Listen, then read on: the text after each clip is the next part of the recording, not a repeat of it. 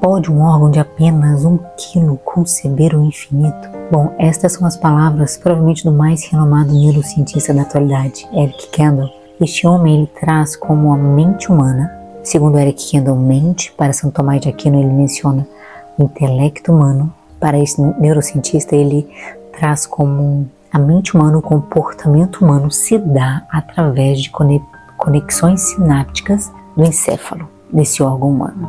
Qual o grande problema disso? A neurociência, a ciência, ela é excelente, ela ajuda o ser humano em vários aspectos, só que é uma visão muito reduzida, muito materialista do homem, porque só de um médico, de um doutor, de um cientista se debruçar em cima de uma engenharia do corpo humano, quem é o engenheiro, né? Quem é o engenheiro desta máquina perfeita?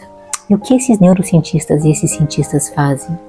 Eles se debruçam em cima dessa engenharia perfeita para tentar decifrá-la, e ao decifrá-la, se tiver algum desajuste, uma doença, eles tentam medicar, eles tentam reajustar este corpo humano que é perfeito. Então, ao reduzir o ser humano, né, ao comportamento humano, ao intelecto humano, né, à mente humana, a conexões sinápticas, né, que são oriundas do encéfalo, qual o grande problema disso? Nega-se o Criador, nega-se o engenheiro desta máquina perfeita. E para mim o pior de tudo é quanto os olhos dessas pessoas estão vendados para aquilo que é de mais belo na humanidade, que é a criação divina.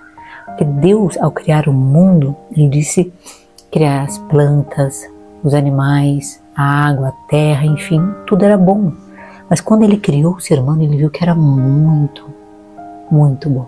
Então Deus, ao criar tudo que ele tem como parâmetro, ele não olha para o lado e escolhe alguma coisa aleatória que seja o parâmetro da sua criação. Ele é o parâmetro, ele é o grande codificador de tudo. Então, para ele criar o Sol, ele cria o Sol e codifica o Sol para que esse Sol opere segundo a sua sabedoria, a sabedoria divina. E isso se dá com tudo, na árvore, né? Então Deus, ao criar a árvore, ele, para que ela opere, ele coloca a sua engenharia divina, a sua sabedoria divina na árvore. E assim, da mesma forma conosco. Então Deus, ao instituir nós seres humanos, ele imprime em nós a sua sabedoria. Por quê? Porque ele é o criador de tudo.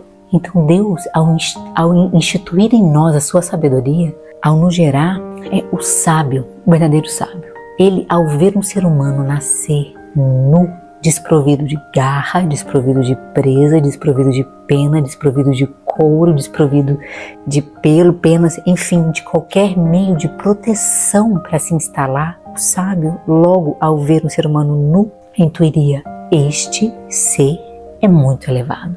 Por quê? Porque Deus concebeu a ele uma sabedoria, um intelecto tão elevado que faz com que ele, segundo a codificação divina, faz com que o ser humano possa compreender toda a verdade existente no mundo. Então, ao mencionar que a mente, o intelecto, a sabedoria humana se dá por conexões sinápticas, você fecha os olhos para aquilo que há de mais grande que Deus criou, porque em nós está impresso a sabedoria divina. E essa sabedoria divina, que é codificada em nossas vidas, é o que nos permite ver a natureza do mundo. Vejamos, assim como eu mencionei, um ser humano ao nascer nu, desprovido de todo tipo de proteção, de todo tipo de instalação já pré-programada para se instalar ou para se defender, este ser, ele vai se instalar na sua realidade, no mundo, através da sua inteligência, ou seja, ele vai ter que criar os seus meios de defesa, ele vai ter que criar a sua roupa de proteção, ele vai ter que criar os seus instrumentos de proteção, a sua casa, uma espada, uma arma, enfim. Essa é a engenharia e a sabedoria divina impressa e codificada em nossas vidas. Então, a melhor forma de nós vivermos bem é nos instalarmos na realidade.